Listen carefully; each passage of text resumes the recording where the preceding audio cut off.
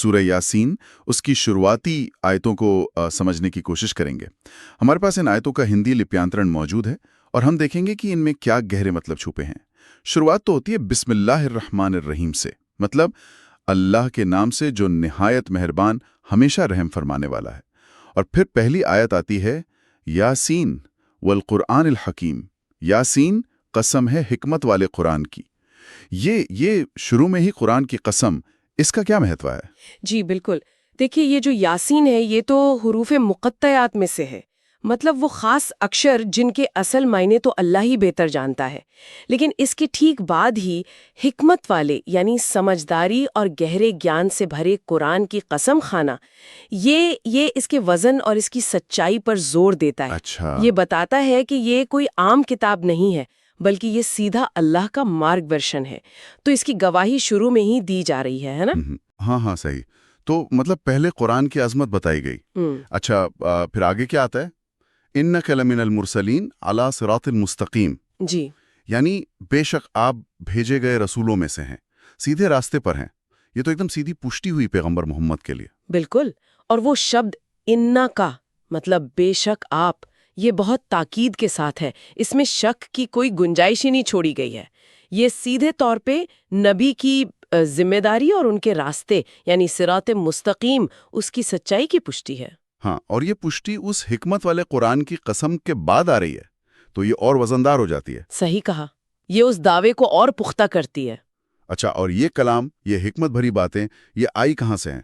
اگلی آیت یہ بتاتی ہے تنزیل العزیز الرحیم، یعنی یہ اتارا ہوا ہے اس ذات کی طرف سے جو عزیز ہے، مطلب سب سے شکتیشالی، سب پر غالب، اور رحیم بھی ہے، بہت مہربان۔ یہ دونوں صفتیں ایک ساتھ کیوں؟ ہاں، یہ میل بہت غور کرنے والا ہے۔ عزیز ہونا اس کی طاقت، اس کا پورا اختیار دکھاتا ہے کہ اسے اپنی بات منوانے کے لیے کسی کی ضرورت نہیں، لیکن وہ ساتھ میں رحیم بھی ہے، اس کی رحمت، اس کی کرونہ کا کوئی حساب نہیں۔ تو یہ پیغام اس اللہ کا ہے جس کے پاس پوری قدرت بھی ہے اور بے پناہ رحمت بھی۔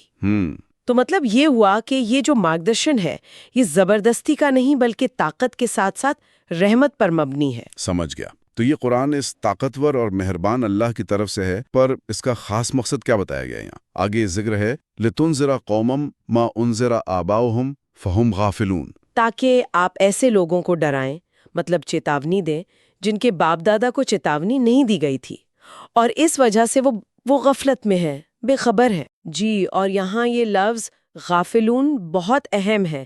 یہ صرف جانکاری نہ ہونا نہیں ہے، یہ ایک طرح کی روحانی سستی ہے، سچائی سے منہ موڑ لینا ہے۔ یہ لوگ حقیقت سے یا تو انجان ہیں یا پھر جان بوجھ کر لاپرواہ ہیں، کیونکہ شاید ان تک پہلے کوئی ایسی کھلی چیتاونی نہیں پہنچی تھی۔ تو اس قرآن کا ایک بڑا مقصد ہے ان سوئے ہوئے یا کہہ لیں بھٹکے ہوئے لوگوں کو جگانا، انہیں ان کی حالت سے آگاہ کرنا، اور یہ چیتاونی بھی دراصل رحمت کا ہی ایک روپ ہے۔ یہ بات تو ہے، لیکن کیا سب لوگ اس چیتاونی پر دھیان دیں گے؟ اگلی آیت تو کچھ اور اشارہ کر رہی ہے، لَقَدْ حَقَّ الْقَوْلُ عَلَىٰ أَكْثَرِهِمْ فَهُمْ لَا يُؤْمِنُونَ، مطلب ان میں سے اکثر لوگوں پر تو بات پکی ہو چکی ہے، وہ ایمان نہیں لائیں گے۔ یہ تو کافی فائنل سا لگ رہا ہے۔ ہاں، یہ آیت بتاتی ہے کہ اللہ کا جو ازلی علم ہے اس میں ان لوگوں میں سے زیادہ تر کا انجام معلوم ہے۔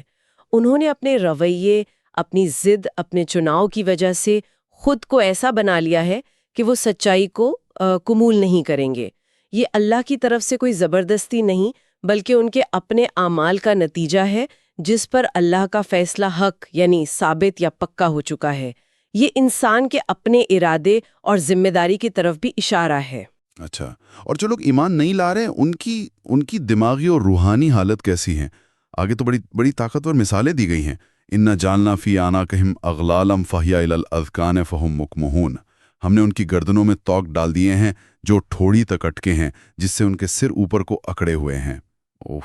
یہ منظر تو بڑا سخت ہے۔ جی، یہ ایک بہت گہرا روپک ہے، ایک میٹافر ہے۔ گردن میں توق ہونا، ٹھوڑی تک پھنسا ہونا، سر کا اوپر اٹھا رہ جانا، یہ ان کی اکڑ، ان کے تکبر اور سچائی کے سامنے نہ جھکنے کی تصویر کھینچتا ہے، جیسے وہ نیچے دیکھ کر ہدایت حاصل ہی نہیں کر سکتے کیونکہ ان کا اہنکار انہیں اوپر تانے ہوئے ہیں۔ وہ اپنی ہی بنائی ہوئی ایک قید میں ہے۔ سچائی کو نہ دیکھ پا رہے ہیں نہ قبول کر پا رہے ہیں۔ یہ کوئی باہر کی نہیں بلکہ اندر کی قید ہے۔ اور یہ رکاوٹیں یہیں ختم نہیں ہوتی۔ آگے کہا گیا ہے وَجَعَلْنَا مِن بَيْنِ أَيْدِيهِمْ سَدًّا وَمِن خَلْفِهِمْ سَدًّا فَأَغْشَيْنَاهُمْ فَهُمْ لَا يُبْصِرُونَ۔ حالانکہ ہمارے سروت میں یہ واقعہ شاید پورا نہیں تھا، پر اس کا مطلب ہے اور ہم نے ایک دیوار ان کے آگے بنا دی اور ایک دیوار ان کے پیچھے، پھر ہم نے انہیں ڈھانپ دیا تو انہیں کچھ سوچتا ہی نہیں۔ یہ دیواریں یہ کیا ہیں؟ ہاں، سد یعنی دیوار یا رکاوٹ۔ یہ روپک اس قید کی تصویر کو اور مکمل کرتا ہے۔ آگے دیوار ہے مطلب وہ مستقبل میں ہدایت کی طرف بڑھ نہیں سکتے، پیچھے دیوار ہے یعنی وہ گزرے ہوئے وقت کی غلطیوں سے سبق نہیں لے سکتے، اور پھر اغشیناہم انہیں ڈھانپ دیا گیا ہے جس سے وہ دیکھ ہی نہیں سکتے۔ یہ پوری طرح سے گھرے ہونے کی، اپنی ہی حالت میں پھنسے ہونے کی، ہاں، جیسے اندھیرے میں۔ ہاں، اور سچائی سے پوری طرح کٹے ہونے کی تصویر ہے۔ ان کی حالت ایسی ہو گئی ہے یا کہہ لیں انہوں نے خود بنا لی ہے کہ وہ ہدایت کو دیکھ یا سمجھ ہی نہیں پا رہے۔ تو اگر ہم ان شروع کی آیتوں کو ایک ساتھ دیکھیں تو ایک ترتیب نظر آتی ہے نا؟ پہلے قرآن کی حقانیت اور پیغمبر کی سچائی کی گواہی، پھر اللہ کی صفات، اس کی طاقت اور رحمت، پھر بتایا کہ یہ پیغام کیوں بھیجا گیا، چیتاونی دینے کے لیے، اور پھر ان لوگوں کی اندرونی حالت کا بیان جو اسے ٹھکرا دیتے ہیں۔